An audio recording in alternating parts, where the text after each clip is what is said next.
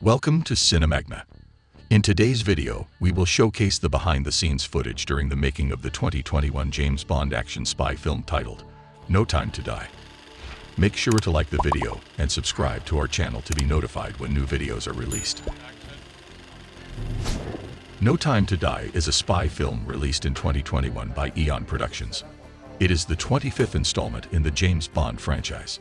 It stars Daniel Craig as fictional British MI6 agent James Bond for the fifth and final time. Cary Joji Fukunaga directs the film, which is based on a screenplay by Neal Purvis, Robert Wade, Fukunaga, and Phoebe Waller-Bridge. Rami Malek, Lashana Lynch, Billy Magnussen, Ana de Armas, David Dencik, and Dali Benssalah also star, with Lea Seydoux, Ben Wishshaw, Naomie Harris, Wright, Christoph Waltz, Rory Kinnear, and Ralph Fiennes reprising their roles from earlier films. In this film, Bond, who has retired from MI6, is enlisted by the CIA to locate a kidnapped scientist, which leads to a confrontation with a formidable foe. In 2016, work on the project began. It is the first Bond picture distributed by Universal Pictures, who took over the international distribution rights after Sony Pictures' contract expired with the release of Spectre in 2015. United Artists Releasing owns the North American rights, as well as the worldwide digital and broadcast rights. Universal owns the physical home media rights worldwide. Originally, Danny Boyle was set to direct and co-write the screenplay with John Hodge. Due to creative differences, both left in August 2018, and Fukunaga was revealed as Boyle's replacement a month later. By April of this year, the majority of the cast had signed contracts. Under the working title Bond 25, principal photography took place from April to October 2019.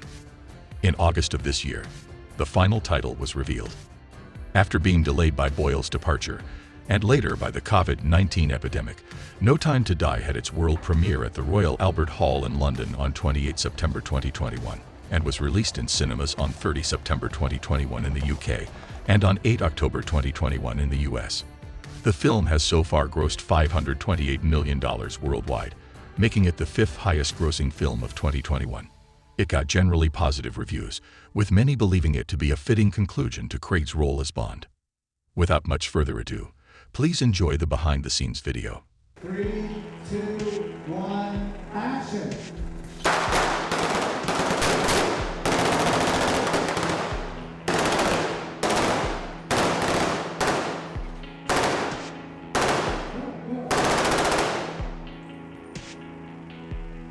Cutting, cut. Alright,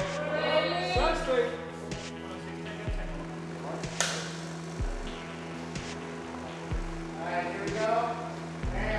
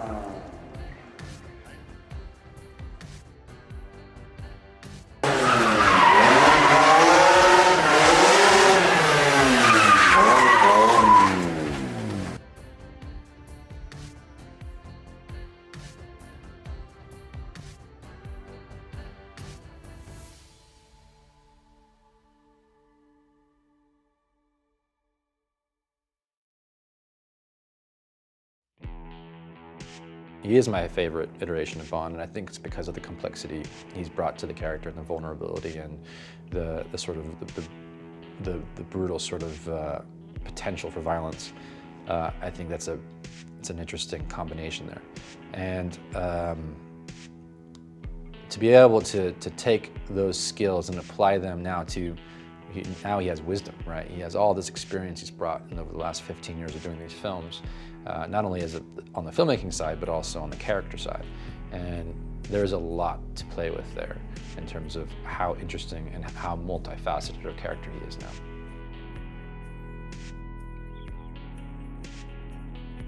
I liked the idea of a villain who, when they look at themselves in the mirror, doesn't see them as a villain, doesn't see themselves as a villain, they see themselves as a savior, as someone who could lead humanity into its next phase. And I thought Rami, with all his complexity and his intelligence, and you can see that intelligence in his face and his eyes and the way he thinks, you know, it's there. And he was the perfect person to sort of take those ideas for that character and run with it. So those were our initial conversations, and we had a sort of dialogue going back and forth, and as the character sort of came to be what it was, he was a part of that the whole way. I'm very excited with it.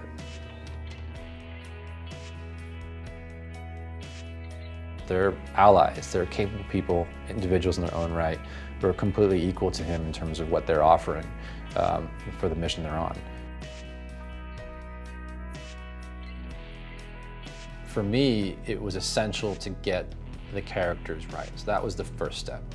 Really dig into Bond. Where is he? What's it like being retired for 5 years? What does it feel like having seen all he's seen, all the trauma, everything, and to sit with that unprocessed in a sort of retired bubble, right? And then be drawn back in the world and let him use those tools that he's so good at again to save the world. And then who are all the people that surrounding him? Who are the people who are going to affect that journey?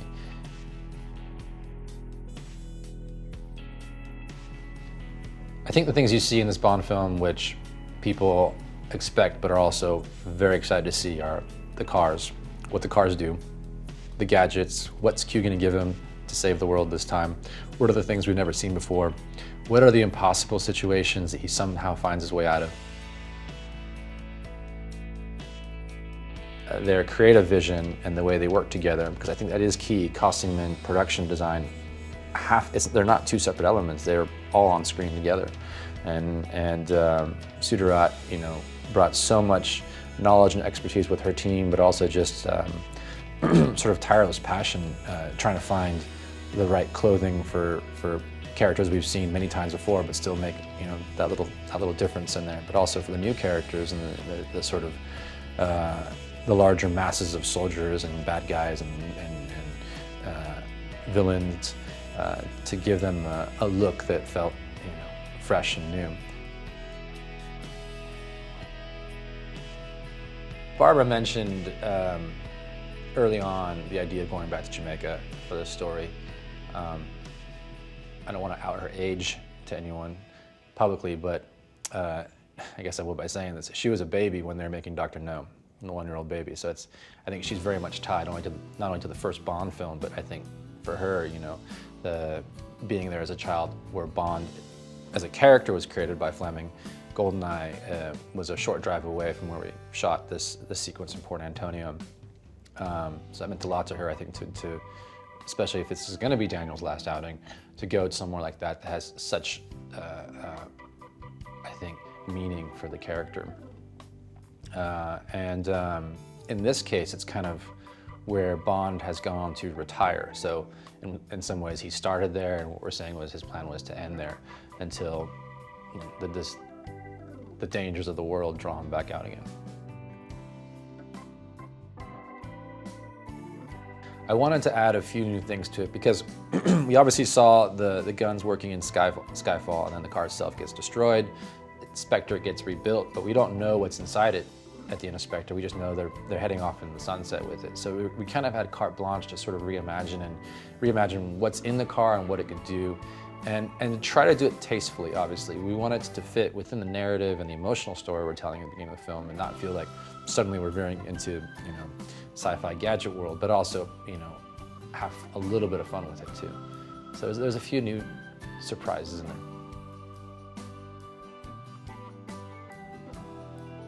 Léa Seydoux is also an amazing actress and an actress that I've wanted to work with for a while.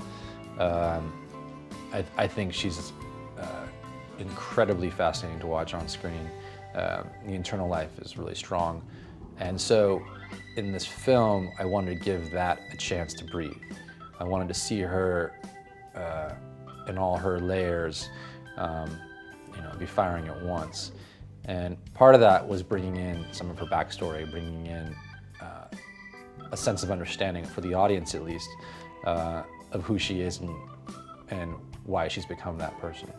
And then by understanding that, understanding why, then getting it, why she's the right person for Bond, why Vess Berlin wasn't maybe the right person for Bond, even though there was that great love story there.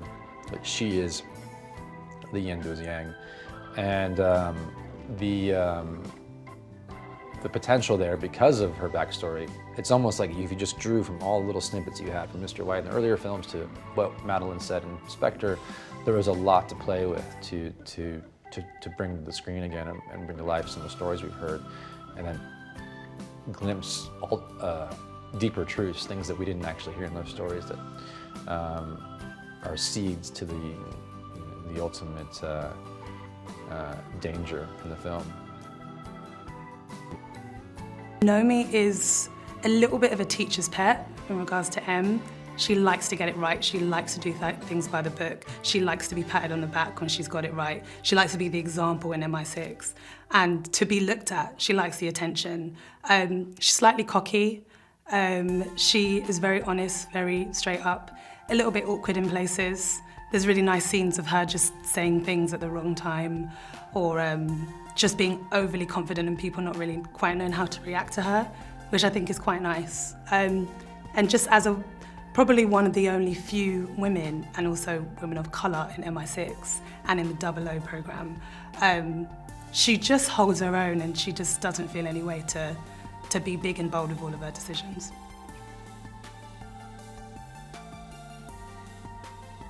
Working with him over these months have been enlightening, just to see his process, to see how he works. He works in a little bit of a theatrical way. I'm from a theatre background, we both are actually.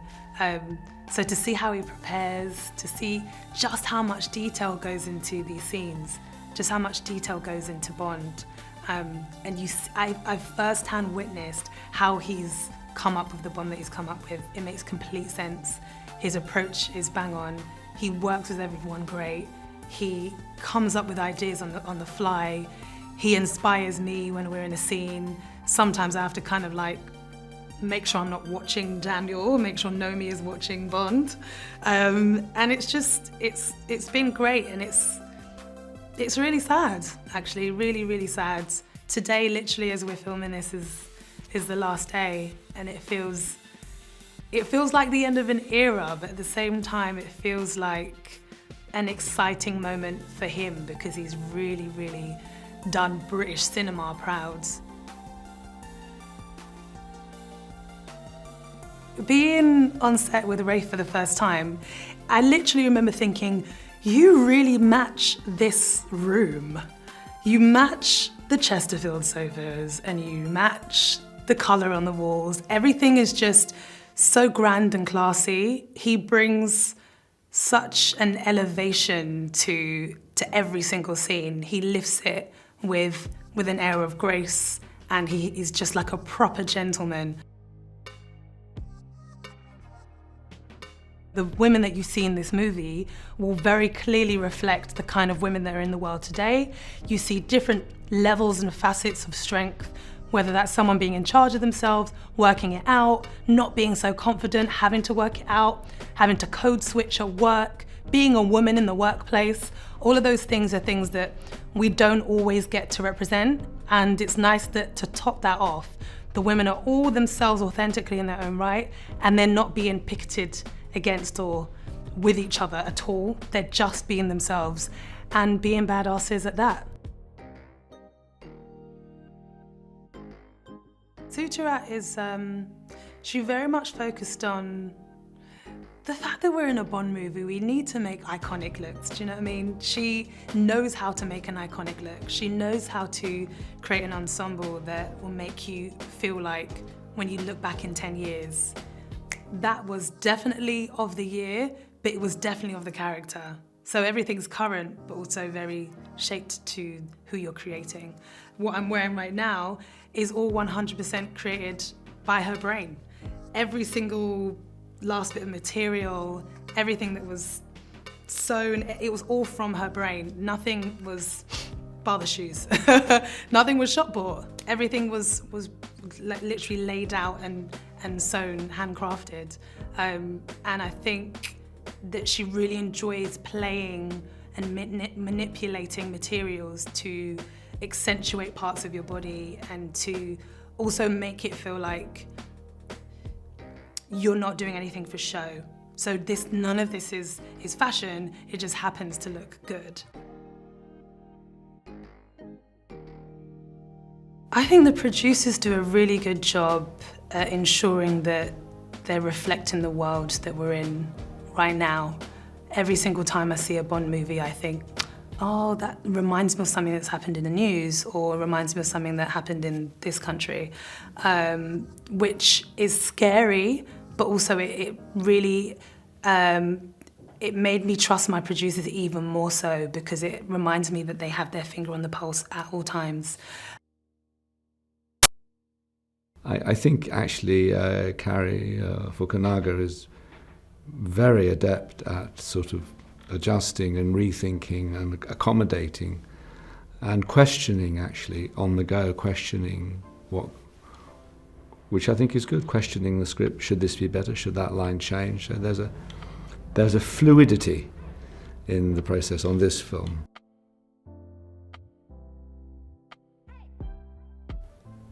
I think, for my money, the film is a farewell to Daniel's Bond and the relationships Daniel's Bond has had with others.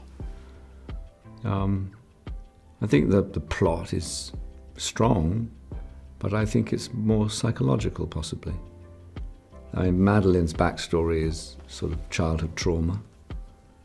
So that the spectre of it all and the chemical weapons of it all and that's the functioning engine, but I think that the real richness is in the relationships. Lashana's really strong, lovely quality, lovely energy. And from the moments I shared with her, I think she'll be exciting. Well, Daniel brings an incredible intelligence to the part. He's he's highly aware of the script evolvement, the story he's part of. He doesn't just turn up and play the part, which he does very well. He's very engaged with what the thing is, what the film is as a creation. And I think I get the sense that whatever his input is pretty smart. Look, I've said it all before. It's been said many times. You know, Daniel's very convincing as a real. He has a physical toughness. He's persuasive in the physicality of the part. He's a man you believe has been in the front line of all kinds of tough physical circumstances. That's always been the case. But he brings. He has a lovely humour, gentle humour, wit. I mean, he's got a great spectrum of nuances as Bond. But I know I've said all this. I mean, I'm a fan of Daniel's Bond. The franchise has built up and got, I think, and evolved a brilliant balance between action, a hero. It's bedded into a sort of reality from which it departs, with fantastical villains and bizarre, brilliant locations. And I think audiences who like the Bond go for that kick, go for that high. They go for a really persuasive, charismatic male figure that women like, men like. And that's where there's a humour, there's complication, there's physical prowess, there's charm, there's a sort of a mix, a package that we know works.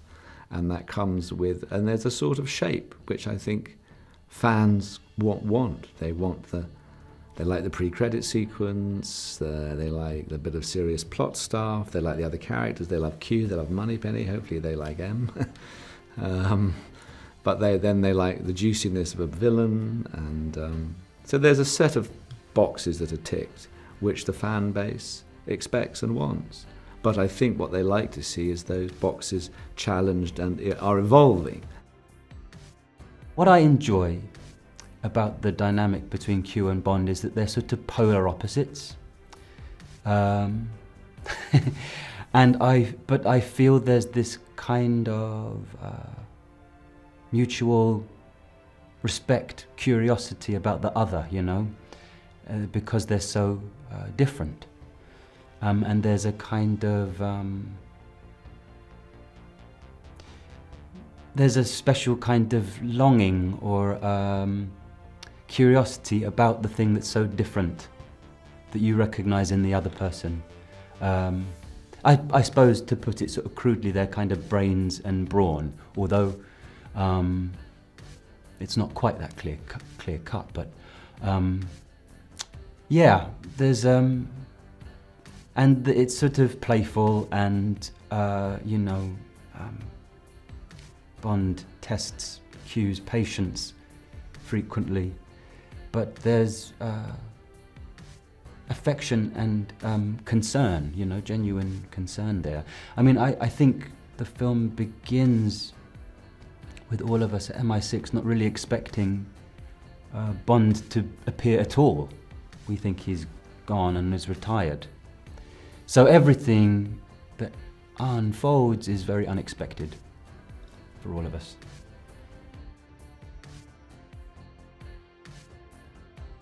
Moneypenny feels like this kind of amazing sort of centre. There's this beautiful, powerful, quite still centre around which other people, in Q included, get sort of more panicked or more stressed, but she's always very still and clear, and always sees very quickly what's going on, what needs to be addressed, and I really like that. I think that's also quite a lot of Naomie, and it's another nice thing that more of us as people gets kind of poured into these characters, which I think is lovely.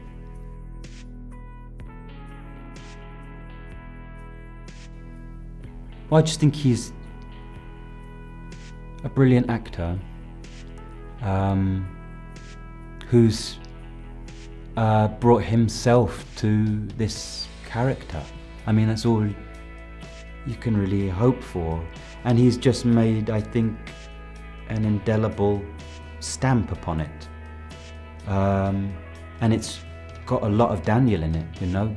And it's a very, very different incarnation of the character to the ones that preceded it. And whoever comes next will have the freedom to do the same thing.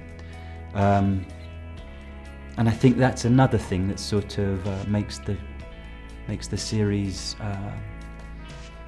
remain fresh and alive, and makes people still want to come and see it, is that this character can kind of morph and encompass new qualities and characteristics. But I think Daniel's been really remarkable in bringing it into the 21st century, and really central and very clever actually in the way he's done that. Whilst obviously all the time being very aware of the extraordinary history of it, and how to kind of always acknowledge those things that people want from a Bond film.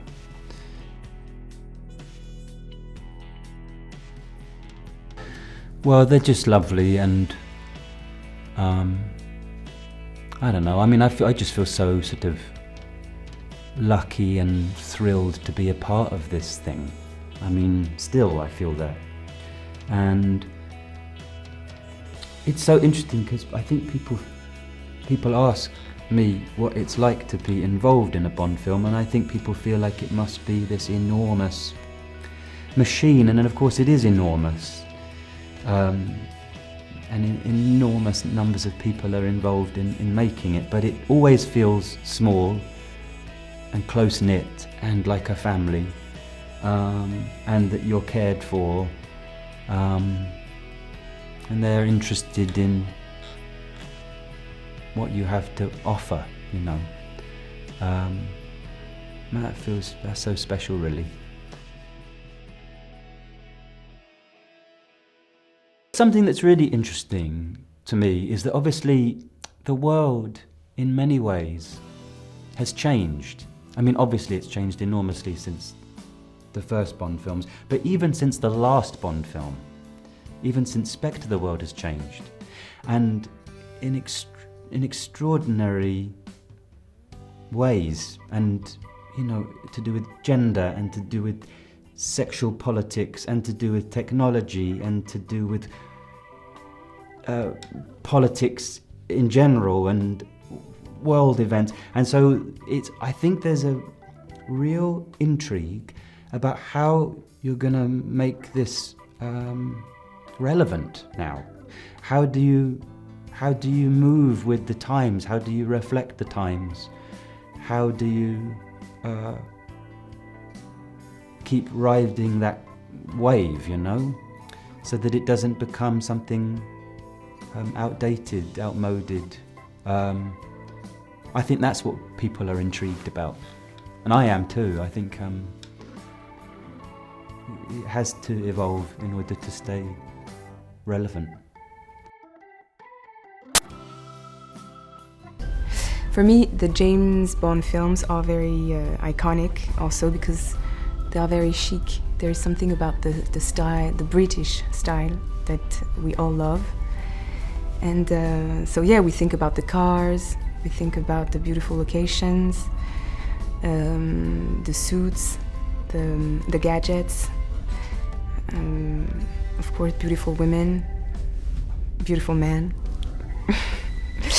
And yeah, there is, it's very, it makes us dream.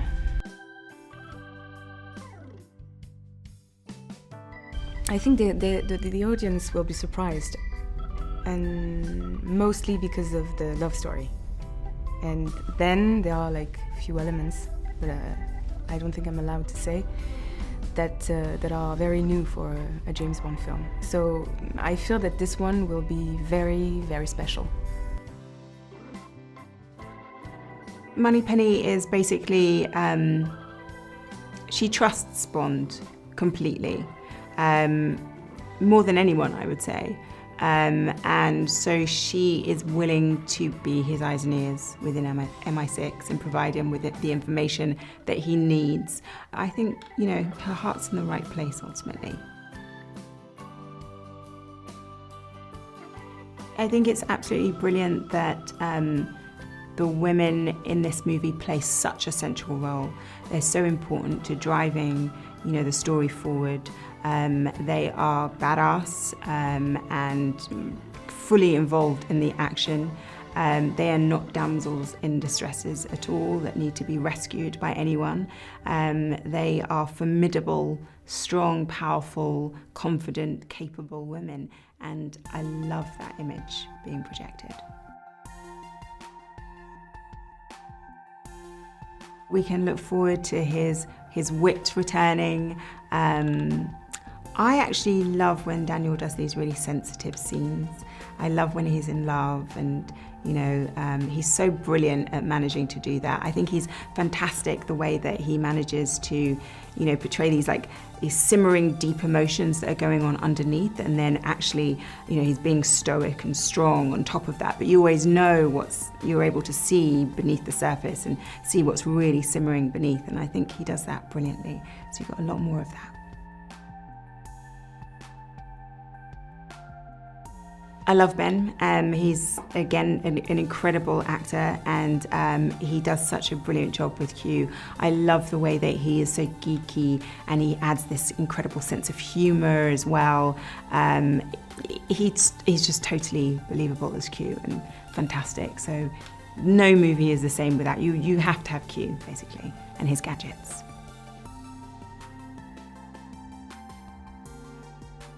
Well, the locations and, you know, the sets are other characters in the movie, and they're really powerful characters, and because they set the tone for everything. You know, film is ultimately a visual medium, so we need these fantastic sets to set the scene for us. And Mark Tildesley is just, you know, one of the best in the world. He's absolutely brilliant, and he's done, again, a fantastic job on this movie.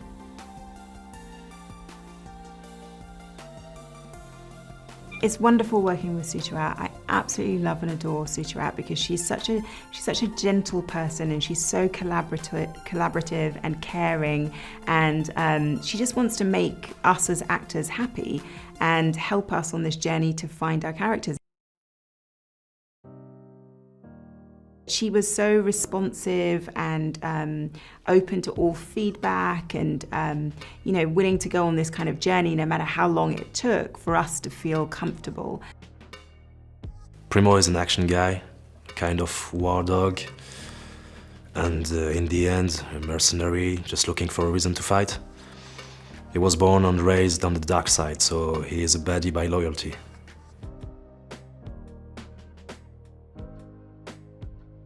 I think what helped me for the auditions and for the rehearsals with the stunt guys is the fact I come from the Thai boxing, so I have experience in fighting, but it gives you the attitude, only the attitude, you know, because you have to understand really quick you're fighting, but really for fake with a big gap of safety. So I had to improve that, to understand really quickly, okay, I have to be aggressive, really rough, but there is a safety things you can't put on the side.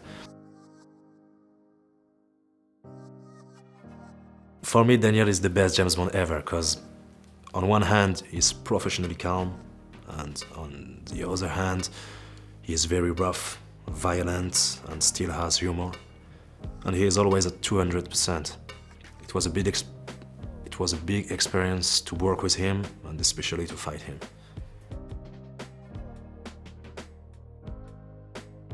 Léa goes through a lot in this movie, probably more than any Bond girls has ever had to face.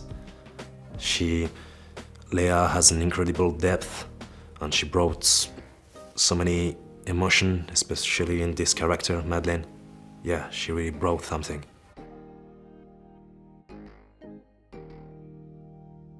It was an experience to work with Cary. I think this movie will really be different than the others because he's bringing a new angle, something like a young feel to it. No Time to Die is about love, betrayal, the past, and legacy. I think he, again, with Rami's character, Logan drinks the Kool-Aid and becomes part of the cult that Rami's taking on the New World Order, in a sense. He follows the vision of that character and wants to fulfill it and be a part of something great that makes the world different. I don't think he thinks he's the bad guy. I think he, you know, is doing the right thing in his head. I look up to Jeffrey Wright so much. And Daniel, of course, too, Daniel Craig. It was, you know, it's that moment where you freak out that you're in a position where you never thought you would be. I remember doing the scene in Jamaica, you know, with them, Jeffrey and Daniel. And I was saying my lines and I was like, I feel like I sound as though English is my 7th language. You know, you're so nervous and you can't figure it all out. Yeah, it's one of those pinch me moments. You know, these actors I've admired for so long.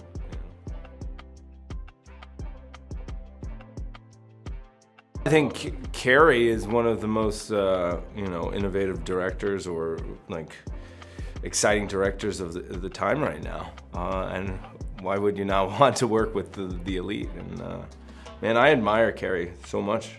I think he gives all his heart and soul in his work, and you want to surround yourself around people like that. Oh my gosh, I love Suttirat. She has some of the best costumes, or brought some of the best costumes out here, and I have not been put in any of them. I wear just a plain white shirt all the time. Of course, my guy is like the most bland person, not wearing anything cool, but I understand why. I mean, it's James Bond. I didn't even get to wear tux, like, son of a bee. But she does a great job. You know, Felix has always been, even in the last 2 films, he was there in the shadows. We had some mention of him in the last, but he's back, trying to coax Bond back into the life. I think he's gotten to a point, it seems, where there are very few that he can trust anymore. And certainly when it comes to this job, in that he needs someone who doesn't hold a U.S. passport, there's really only one man that he'll look for. And ultimately he finds him, and that's our guy, Mr. Bond. Well, it's, you know, it's an enormous machine. It's a huge logistical endeavor to put this film together, to put any of these films together.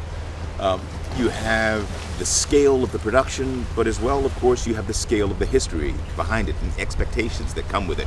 So you would think that there is enormous pressure, and there is a sense of expectation. But what I've loved about working on these films from the start is, even though we have, you know, this Leviathan that, you know, we're trying to build together, we do it with a sense of family. And there's, as I've described it, it's almost like a massive, enormously budgeted independent film in terms of the spirit and the energy that everyone brings to the table in working on these things. It's really, it's been a lovely gift in my career to be a part of this, and so I was only pleased to come back and rejoin the fun. So I watched him, you know, from the beginning of that journey, you know, till, you know, this, these last steps here. And it's been really wonderful to see his evolution through that, to see him, you know, take on, you know, not only the expectations and all the logistical challenges and, you know, the hard work of, you know, this sequence of films, but also having started, you know, at the beginning with him and watched him now. I missed a couple in between, but to see him grow into the responsibility and to see him become this leader, when at the start, you know, I think naturally, as with anyone, there was a bit of uncertainty, you know, with him. So that's been really gratifying. That's been really a pleasure to look at him, you know, having been away, as I said, for a couple of films, and go, oh, look at this guy, you know, he is, you know, he's captaining this thing now, and that's really cool to see. And he's also, you know, beyond that, you know, Daniel's, you know, an incredible, you know, he's an actor who's always in the moment, very intense, of course, you know, bringing his, you know, his signature style and characteristics to this character, but at the same time, both on and off the camera, just an incredibly, you know, generous presence.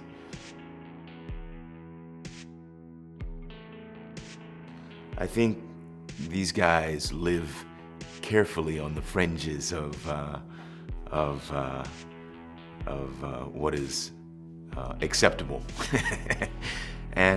But I think the most important thing, and you know, we've gone back and kind of looked at some scene particularly that we shot early on, and kind of relayered it with this sense of familiarity and this sense of Felix's bond with Bond. And I think more so than the politics of who they are and what they do, and the disparate places that they come from, I think the exploration is really about that. It's about this love for one another, this respect for one another, and also I think, you know, a love, you know, for the game.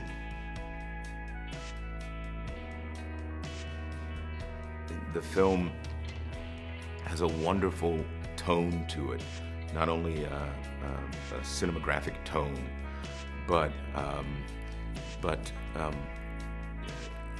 Cary is, as expected, as a new director to the series, I think, you know, taking it up, you know, taking it up a notch in terms of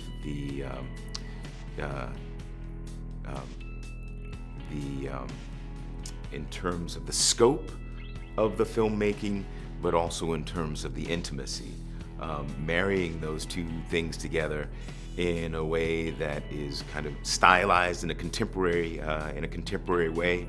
It's you know, it's not an easy task, but I think, as it turns out, you know, for the present, you know, for the here and now, you know, he was the right call and the right man for the job. So it's been really a pleasure to watch him work. You know, again, a lot of expectations, a lot of balls to you know, to keep juggling as he works through this. But he's done it. You know, like water off a duck's back. The photography is really it's just gorgeous. There's a warmth to it, but also there's a vivid quality that's arresting. And you know, there's an expectation from audiences that we're not going to retrace old steps with this. And I think in terms of the cinematography, it really is pushing the envelope, I think. I'm always amazed with cinematographers, you know, the ways in which they're able to harness the technology and push it a little bit further with each chapter. And Linus is just, you know, he's a bit of a maestro with all of this. Also, you know, we're not shooting on, you know, this isn't digital, we're shooting on film. So the tones and the warmth that, you know, that brings to the screen, you know, it just, at least to this point, it can't be matched. Billy Magnussen plays Ash, and Felix has been partnered with Ash, who is really, you know, kind of mixed up in the political appointee side of the business. Felix is obviously, you know, a long time professional. And so they're partnered, you know, this kind of odd couple, and, you know, sent out into the field. And they pursue Bond. As well, Ash has heard, you know, stories of Bond, and, you know, doubtless is equally excited to meet up with him for various reasons, which we discover as we head down the road.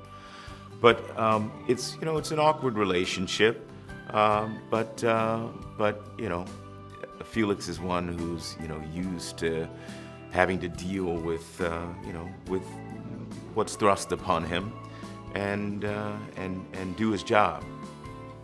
And so they find themselves in in Port Antonio, in Jamaica, and they pursue Bond.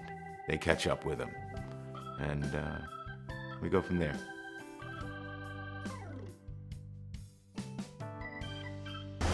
This is the greatest film franchise in the history of cinema. And what Daniel has done in this last chapter, or latest chapter of the franchise, is to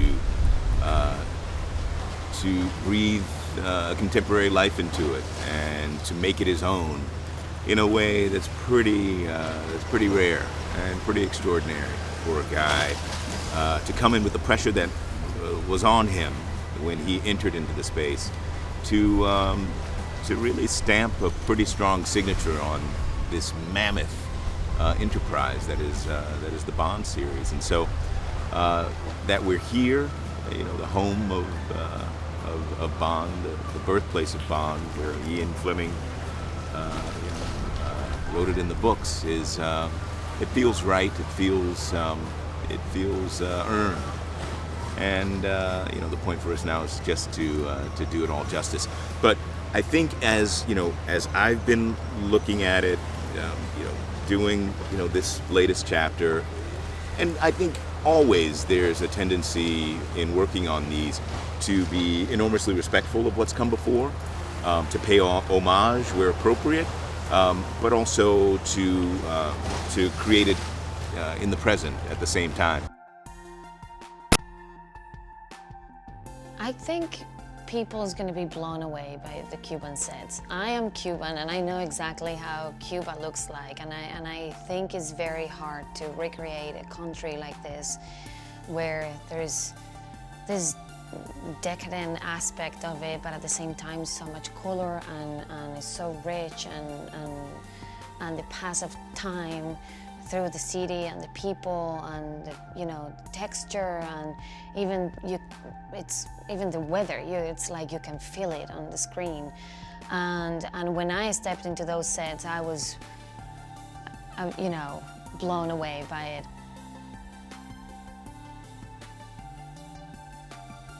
She's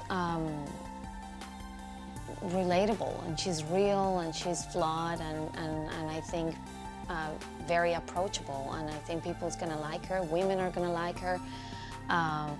There's something about her that is almost like this simplicity and this normalcy in the way she carries herself, and the relationship with Bond. That it's playful, but then at the same time she's very serious, and all she cares about is the job, is the biggest job she's ever had. So all her attention is about that, and she just wants to get it right.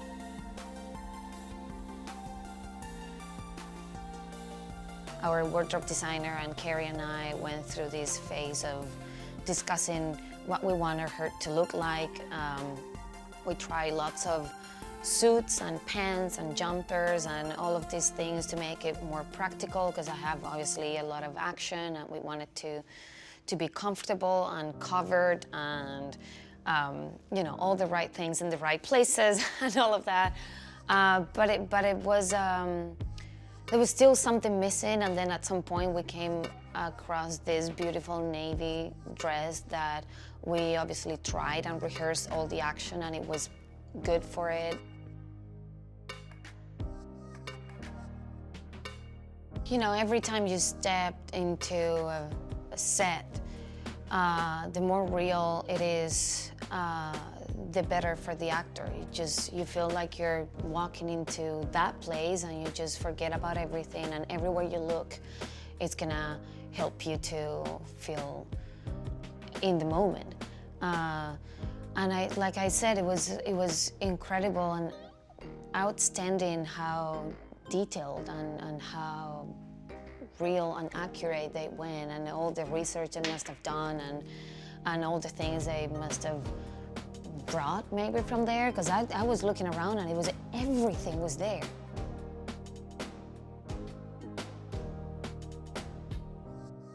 I think Daniel is one of the best James Bond ever. Obviously, he has the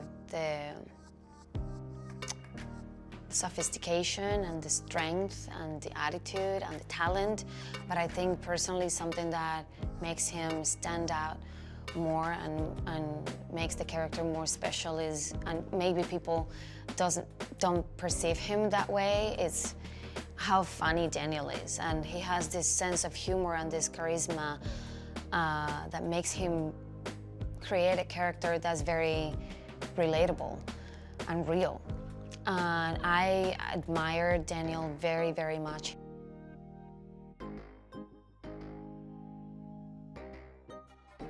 Thank God I had like an amazing stunts team that you can't get better than that. It was the best people you can work with, and they were very patient, and they gave me all the tools and the confidence to actually believe I could do it in such a short time.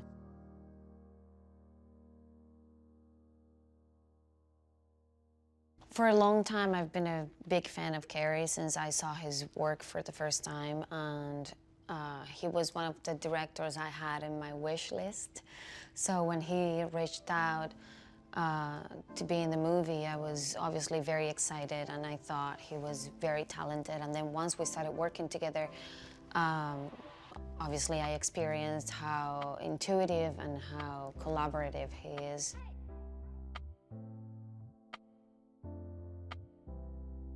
They're very, very smart producers, and they care not only about the actors and everyone involved in the movie, but also about all the changes that are happening in culture and the industry, and they understand the importance of that change and contributing to that change, and I think they're doing it. It's a franchise that comes with such weight in the world of cinema and in the world of the audiences and in the world of media. It's of a certain significance that many other films don't have, or franchises for that matter. So it means a lot, for me at least, to have been a part of that franchise. It's been a very, very interesting experience working with Cary. He seems wildly creative, and it was such a pleasure acting for him, because I felt from the crab anecdote a connection. He saw my work in a way, and I felt very safe and comfortable with exploring that. And I mean, I think that he was appreciating it. That's the feeling I get anyway. So from that zone of comfort or creatively being inspired for quite brief moments, because the scenes are usually more about running or shooting or hiding or jumping or falling, it was very much fun. And I think he saw Valdo as also a creative projection of his own creativity, that he could, so we would invent stuff, not everything will end up in the film, of course, but I've had a good time in front of camera. He comes in with a lot of weight. I think it's his, fifth or sixth Bond. So I mean, he is the source to go to. He knows everything. He's been through it all. So he's a powerhouse in that sense, I think. And he comes in with a lot of authority. And he was. I found him very appreciative of what I've been doing and supporting. But then the majority of our scenes have been mainly physical scenes of running or jumping or dodging. So he has been putting up with me screaming quite a bit and jumping around and falling over. Oh, she brought a lot of good humor, and she's been a very good colleague. We've been dealing a lot with each other. I think we're today striking the 4th week on that Cuba balcony. In the film, it's going to be, 30 seconds or 1 minute. and we're on the 4th week of night shoots.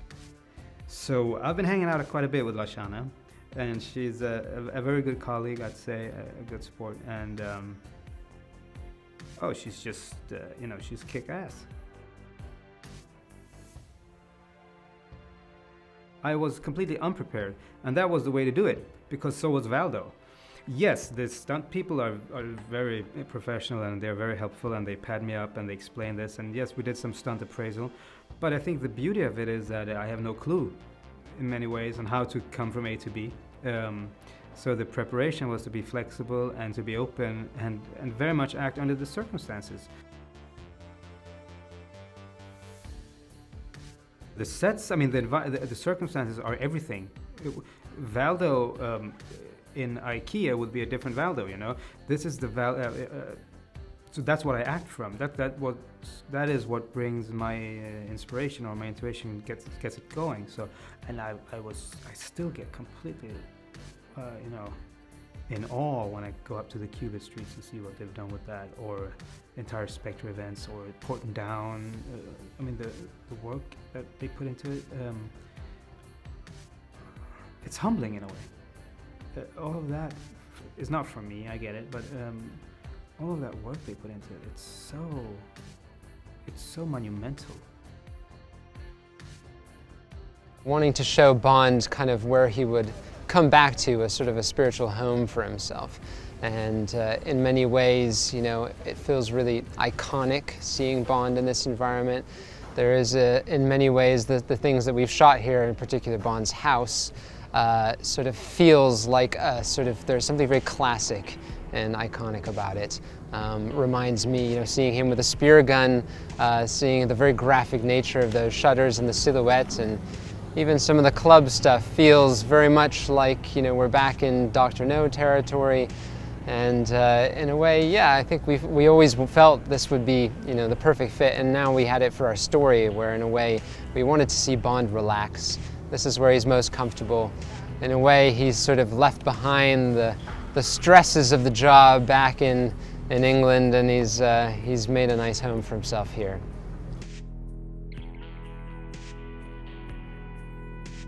We always prefer to use local support and labor, and when we can, and for the construction that we've been doing here, yeah, that's the way we've been doing it. Steve Bone is great about coming and getting in touch with all the people that know how to do this kind of work, and they've been incredible. I mean, some of these sets they've created in a pretty short period of time are absolutely stunning. Besides Bond's house, we also created a nightclub, which was a lot of fun. And in that set we had about 150 local extras, which all looked totally amazing. And so it's been really just a wonderful experience working with the local Jamaican people here and the Jamaican crews. Cary brings a lot of youthful energy. There's a lot of dynamism to the way he shoots every scene. There's a lot of movement. Nothing's ever slow or static. And also he's got a very strong, you know, his cinematography background certainly means he has a very strong graphic visual sense. And you know, he's very meticulous about the way he likes his sets prepared and dressed and lit. So when you see it all come together, you realize quite how he is really a maestro at tying all these things together. But you know, not being too fussed about it either. He really brings a lot of unique details, and is always constantly making everything better, always improving, always tweaking, always willing to find something that's better than it was before. So it's been great to see how he brings it all together.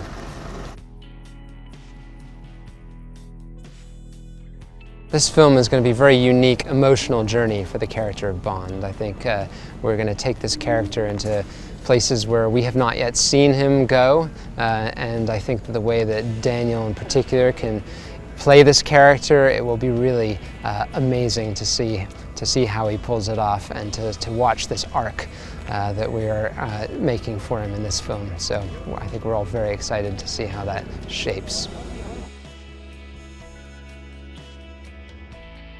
Yeah, this has been really fun and exciting to be shooting another iconic car chase, and especially with the Aston Martin DB5. Aston was extremely generous in being able to help us make 8 vehicles, which all had to be modified in different ways. We had to have pod versions, we had to have versions that were reinforced for the high-speed driving. Some were just gadget cars that had all of Corbold's bells and whistles. So it was really fun to see all of that brought into play and see the amazing choreography that the stunt team has done with Lee and his whole team for the entire journey of it. I think Pierce Brosnan was Bond when the first time I kind of came into it. And I know this is incredibly nerdy, but I kind of grew up playing video games, so GoldenEye was the big game, and that kind of brought me to the films. And yeah, I mean, just that sound is so different from anything else that anybody really does in film, especially nowadays. And even when we were recording cues with the brass yesterday, it's like the second you hear those kind of sounds, you instantly know it's a Bond film. First off, how it happened was that Hans called me and he said, right, James Bond, do you fancy doing it? So I said, no, what took you so long? And because to me, I associate it with the guitar, I now since know from working with Steve, believe it or not, that brass, I wasn't quite as aware of just what a big part of the soundscape that the brass was. But so I was like, well, I'm thinking, well, it's a guitar featured thing. So I was obviously very flattered, felt very privileged to do it and honoured. I thought, well, yeah, I think I can do that with a certain sound. What you have to pay tribute and be appropriate to the original thing, but without pastiching it too much. As a musician, it's been great. I mean, it's a dream job as a guitar player, and as a British guitar player, I think it's a dream job, and and it's a real honour. But just as a musician, anyway, I always really love working with Steve and Hans because I get to find out stuff that I wouldn't normally find out. I remember there was a certain point when Hans came in and said to me that I was paying slightly too much respect to the chord changes he'd written, and he wanted me to be free to, which was a very generous thing and very helpful, because he wanted me to be a bit more be myself a little more. And if maybe I can answer the question for these guys, I think that's what happened with both Hans and Steve, in that they were very respectful to what James Bond is historically and the legacy and all of that, and the other thing, which is a real skill about being appropriate to the film, that first and foremost, but at the same time being themselves as well. You have to be you can't be so respectful that you can't have your own voice. It's a constantly evolving process, and actually the constantly evolving process is to look at the character and go, oh, hang on a second, he's moving a bit like this, it's lit differently. This is, oh, look at this, the DP is doing something really interesting with the light. So that calls for certain colours in the orchestra, or that calls for certain bits of electronica, or whatever it is. It's... And then, of course, we push it until somebody tells us to stop. For me, coming to it from outside, from rock music almost, there's bits that simply sometimes you expect something to be really loud, and you've discovered that it's much more effective when it's really quiet. And silences and things like that, these are all things that I'm starting to notice more and more the more I've worked on these films. And it's just not doing the obvious. There's a sensitivity, there's a grown-up sensitivity to this film, which I think is really good. And the film starts off from sort of a place of tragedy, and it doesn't start off with a fun chase. It starts in a much darker place, and give me dark, I'm happy,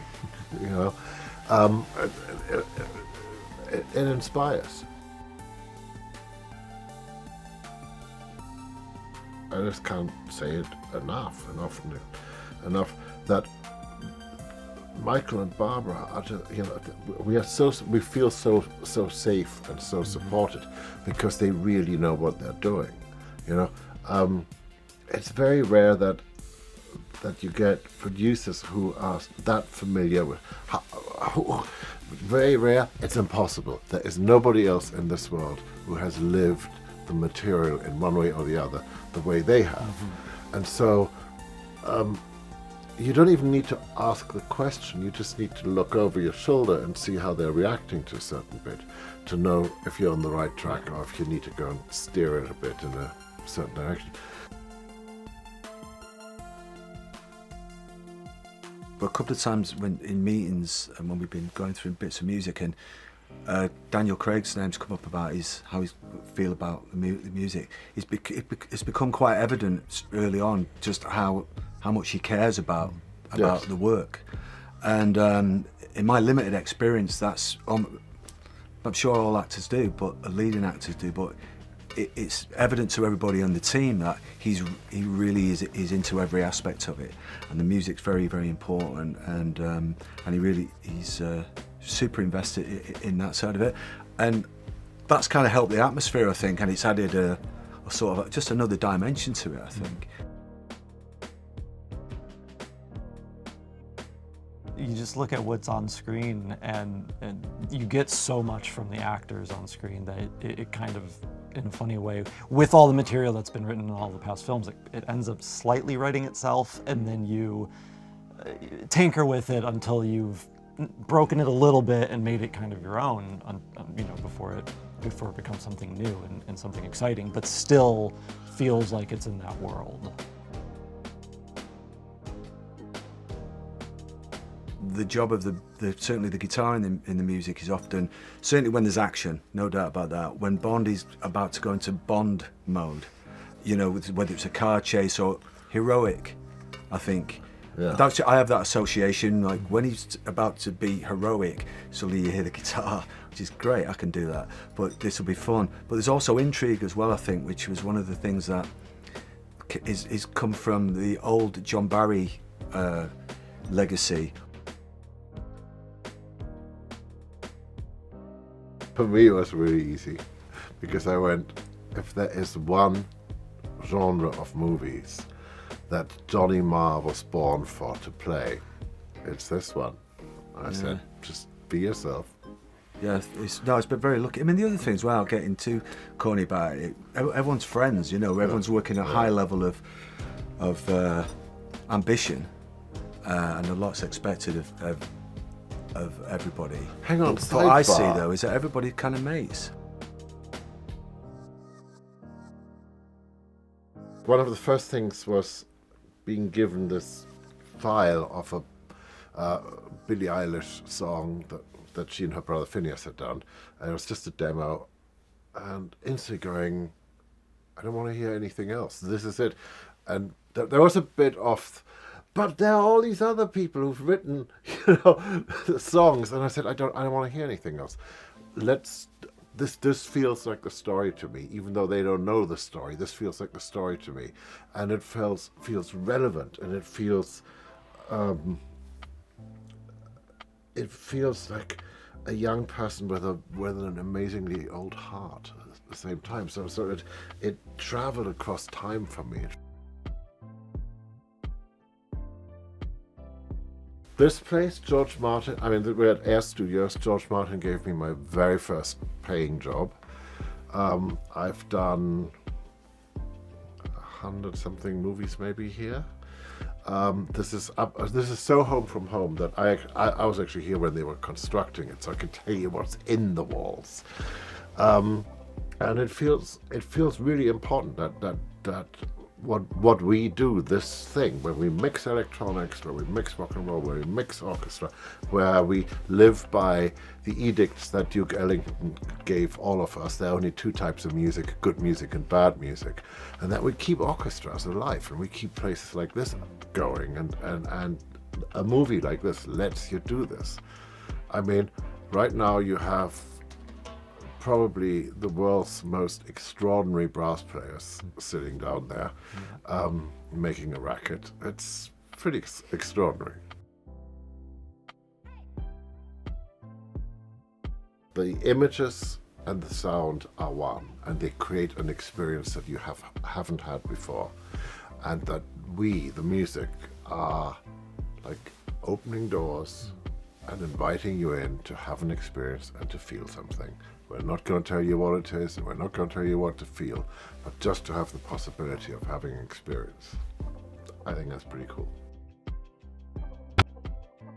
That's the beauty of Bond films, isn't it? For all of us, growing up as kids, watching them, you know, even watching your parents watch them, and seeing some amazing action sequence, and knowing there's been a real person do it.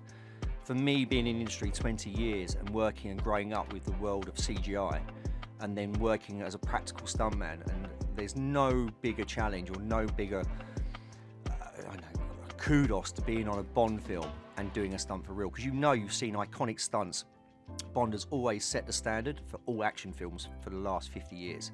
So to be part of that and actually go into a Bond, prepping, designing, coordinating anything, you know you've got to have a real person that's got to perform that stunt, which is a huge difference to working with a more animated, you know, superhero kind of character.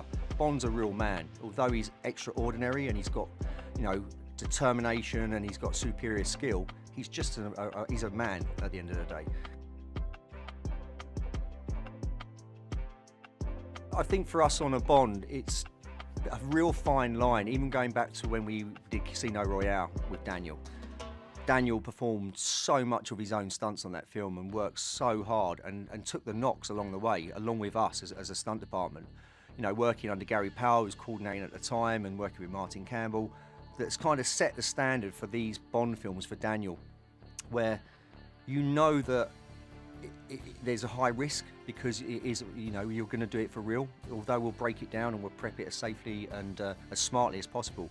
End of the day, someone when they call action, that's a real person jumping off of the cranes or crashing the car or jumping the motorcycle or driving the boat. And in Daniel as well, being at number ones with Daniel when he's running across the top of the cranes, when he's in the boat or he's in the car, it's all happening for real, which is far more rewarding as a stunt coordinator and a stuntman, rather than working in an environment which is just a green screen environment where you're working just, you know, on a mocap suit, or you know you're trying to interact with things that aren't real. You are interacting with a real car. A real truck is coming towards you. A real boat is speeding beside you. You know, guys are flying past you. It just brings the whole, it's happening for real. Those stunts are really happening and you're right in the middle of it.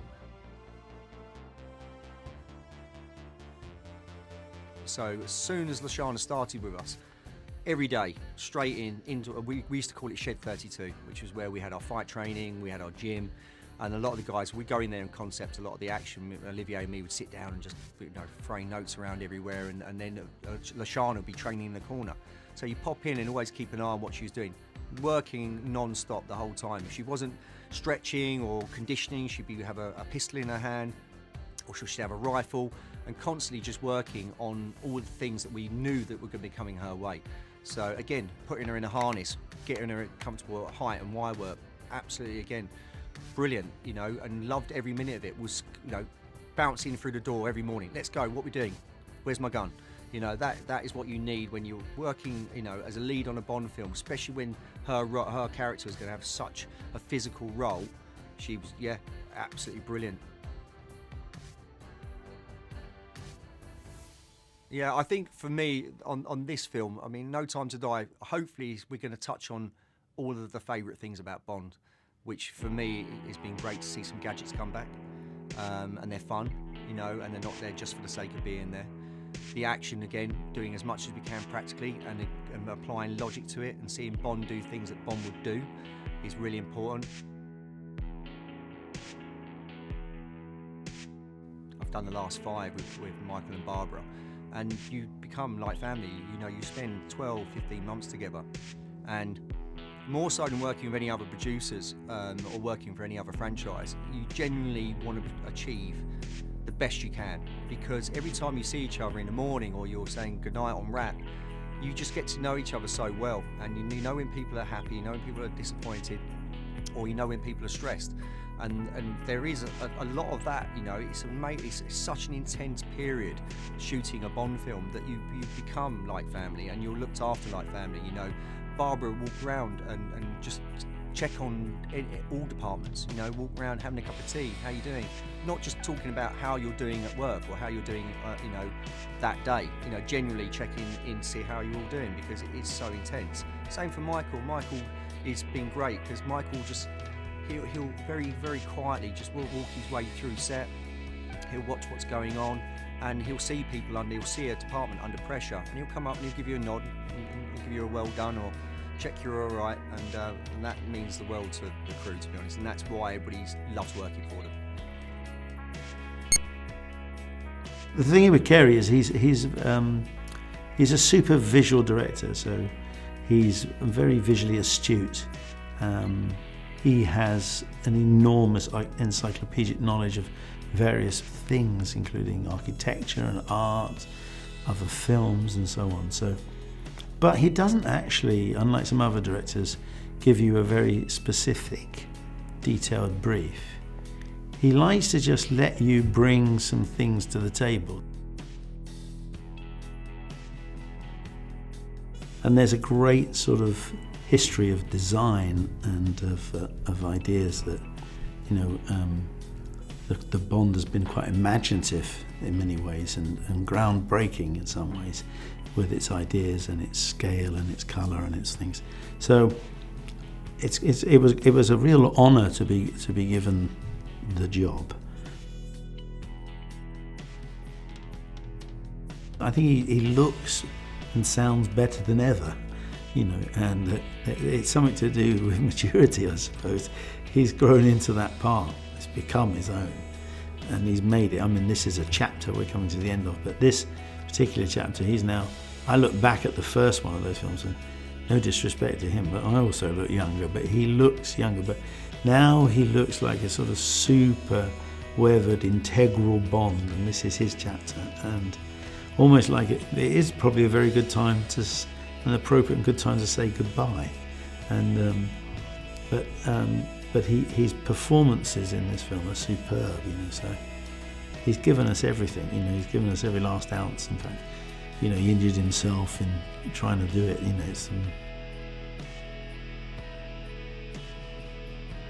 I think when you come to see a Bond movie, you're not coming to watch a drama. You know, you're not going to stand a drama. You want to see something that's visually alert and exciting and interesting. So even a Scandinavian house, you know, we poured over the way to make that look good and plan the shots, how the walls break apart so Linus can shoot in it. So, you know, we're looking for a grand aesthetic, and you know, together with all the departments, there's some amazing people involved in making these films. Yeah, so people at the top of the well, just very inventive and extraordinary, and so I've had an absolutely amazing experience making this. I can't deny it's been tough. You know, the time restraints and things have been tough. But I think the thing we've not let go of that challenging for a grand aesthetic that would, you know, be appropriate for a Bond movie. Trying to find things that are sort of extraordinary. You know, new inventions, new ideas, extraordinary places, but that world has a sort of simplicity that has a slight theatre in it, opera and theatre, than like a sort of classic standard film. Yeah? So we're looking for a bit of scale. As I say, we're all looking for this idea of glamour. And this is a good example to come to Jamaica because it does the glamour for us, you know, in a strange way. It really, as soon as you see Bond on the pontoon, you do kick back to some of the Sean Connery films and pieces. You know, you think, well, that's super cool Bond. And there's something about this place that's just, you know, because it's, as you say, it's the spiritual home of Bond. It's the place where where Fleming lived and wrote the books, you know. So, and we've been here a couple of times before with Bond, and so it's sort of always played well. So it felt appropriate in terms of the spiritual home, in terms of a glamorous place, to come back here, yeah, and you know, do it justice for the 25th anniversary version of Bond. Definitely the Bond of No Time to Die is not the same of Casino Royale. It's not the same guy, but it makes sense because that guy is 15 years older.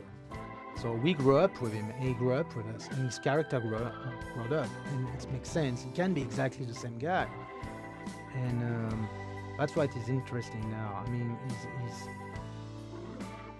so the charisma he has in this one is just very special.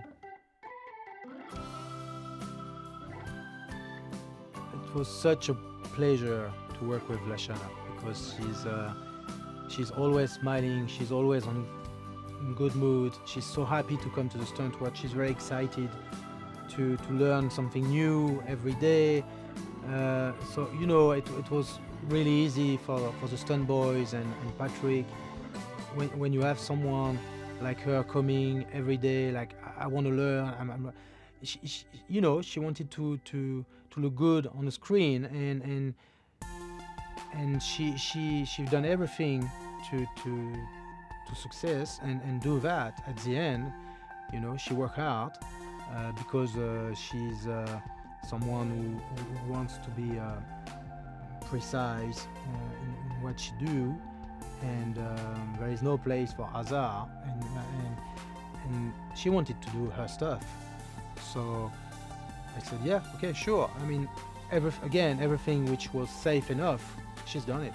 And she's done a lot. In terms of fight, she's been on wire, she's been a part of the jump. I mean, she's done a lot, and always with a smile.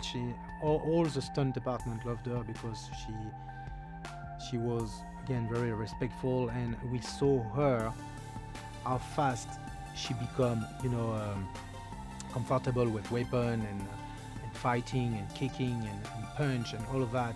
It's like, really, she worked hard, but I think it's worth it because you can see on screen it's her. Daniel, I mean, he's everywhere. I mean, he's working on the script. He's have an eye on, you know, on set, on the stunt, on everything. He wants to have his vision, not just because he's passionate. He wants to give the maximum to the audience for his public. He doesn't want the audience to be disappointed. So that's why he's very hard with himself, and I have to say he's done an amazing job, and I don't know where his energy comes from to do all of that, because he also has just the lead character to take care of.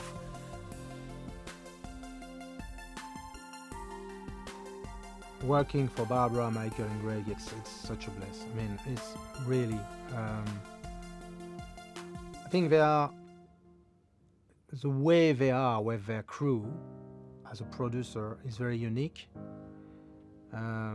Also Barbara and Michael, with all this bond they have behind them, all this experience, all these stories. I mean, it's amazing to talk with Michael or Barbara about what happened on this film, what happened on that bond, and all these stories they know, all that experience they have. And they are so respectful of all the crew, and I mean, always ready to help someone or make his life easier, because they know how hard is the job. I think what we all succeed to do on this film, on No Time to Die, was to come back also to what make Bond, meaning, I mean, big set, big action scene, amazing, costume and different location, spectacular cars, and all the gadget, and that's one part of the things. I was talking recently about Linus, the DOP, which done an amazing job on the light. I mean, seriously, it's like, wow, you bring me back to that time of the spectacular film. In Quantum of Solace, I think there was a bit more frostiness or a mistrust between the two of them, and I think Tanner was slightly, if not outraged, then certainly annoyed by the the way that Bond always seemed to overstep the mark or play by his own rules, as someone who was in full possession of the rules, in both knowledge and obeisance of them. I think Tanner, and he and Bond rubbed up against each other slightly spikily in the first one. But ever since they've sort of come to know each other's working practices as well as personalities, there's definitely grown a fondness, and I think Tanner is pleased when Bond decides to return to the fold. Not only because he thinks he's a good agent and has still got something to offer, but it also creates another sense of continuity and stability, which I think Tanner quite enjoys. This film feels quite, a summary of those that have gone before and the ones that I've been involved in, and that sense of tying up loose ends, that sense of family in many ways, that the family of MI6. I mean, obviously from me, because that's what I'm most involved with, and the sense of loyalty and what loyalty requires of you, and what it can do to your own life, your own personal life, as well as working life, and I guess that sense of, as we're confronted daily with a more febrile world in which we all live in, how to keep on top of that and to maintain a degree of semblance of stability, at least outwardly, for the rest of the population, and when all amongst all those who are in charge are themselves furiously peddling to maintain as calm as possible. He's more deeply in love, I think, in this film than he has been in any of the others. He's more deeply challenged by the next generation, more deeply challenged by the idea of returning to work, and that question of, when you've been so used to providing such service and such dedication, when you decide no longer to give that of yourself, what does your life actually amount to if you're just on a beach enjoying yourself? And that's that sense that I guess all people in service have been confronted with when in retirement, of what do I do now? And for Bond, for some people that's moving on to different things. For Bond, not only because of what's happened in his personal life and the challenges that have been presented to him in this film, but for him it's actually he can't give it up, and I think you see that right through to the end, that sense that for all his desire for a life away from the field or away from conflict, ultimately his life has been one of sacrifice.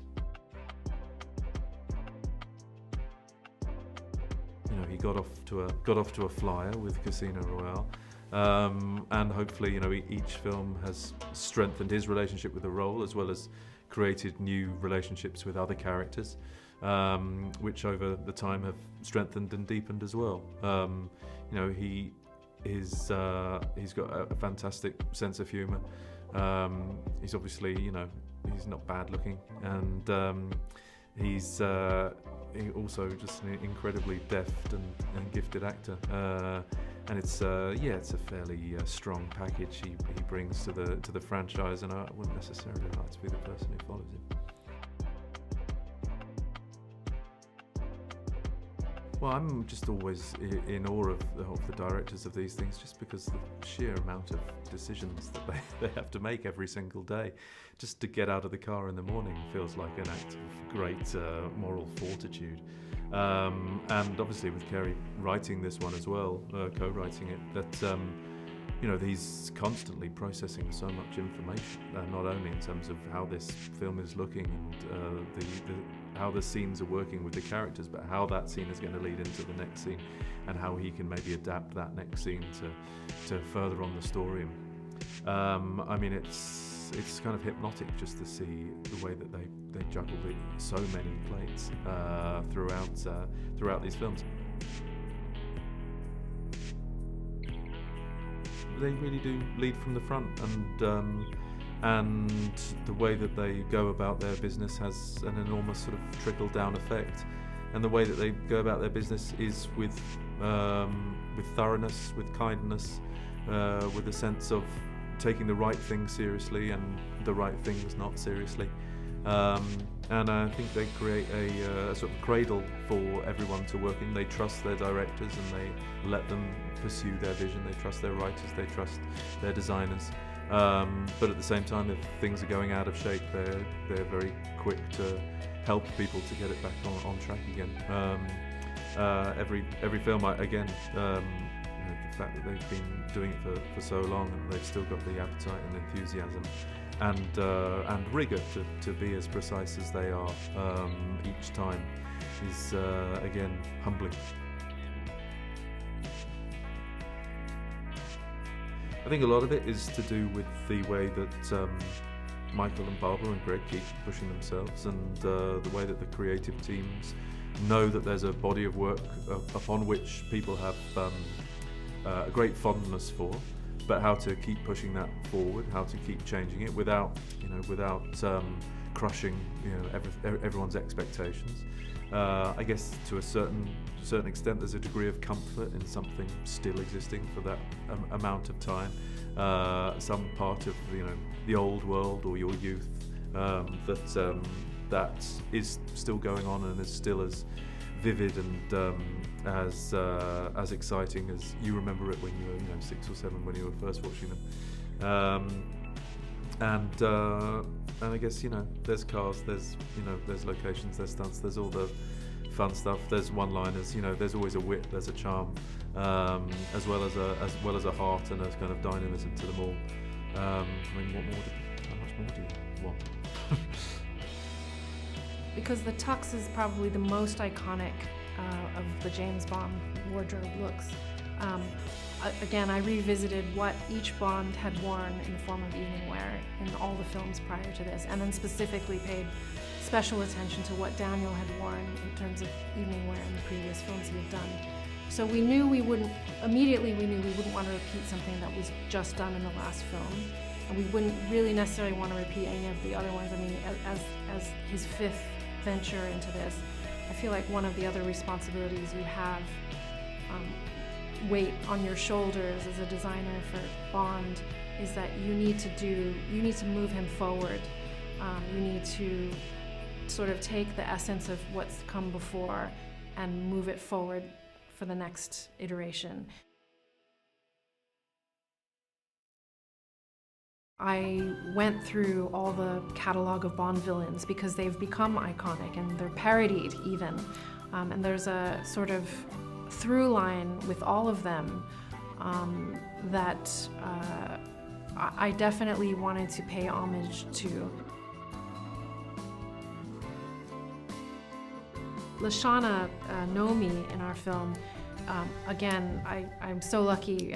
All the actors were so collaborative, and Lashana, I think we ended up having something like 27 fittings with her, and more often than not, half of the fitting was just spent gabbing away about how we could approach the character, and then the other half was the technical part of the fitting. Lashana is so up for whatever you want to suggest. She's so willing to try things. She's so open, but she's also, having said that, she's also very, very secure and self-possessed and very aware of what she doesn't want. Unlike Naomie, who I had just said can't really be running around in heels doing her tactical moves, Anna, on the other hand, as Paloma, does run around in heels doing her tactical moves. And I would argue that that is precisely because she's going in as a party guest. She can't be going into that event dressed in tactical gear. So the surprise of her being able to conduct all these crazy stunts in what seems like a diaphanous dress is like the strength of that costume and that character, I think. Thanks for watching. Make sure to like and comment on the video if you enjoyed it. Subscribe to the channel and hit the notification bell to be notified when new videos are released.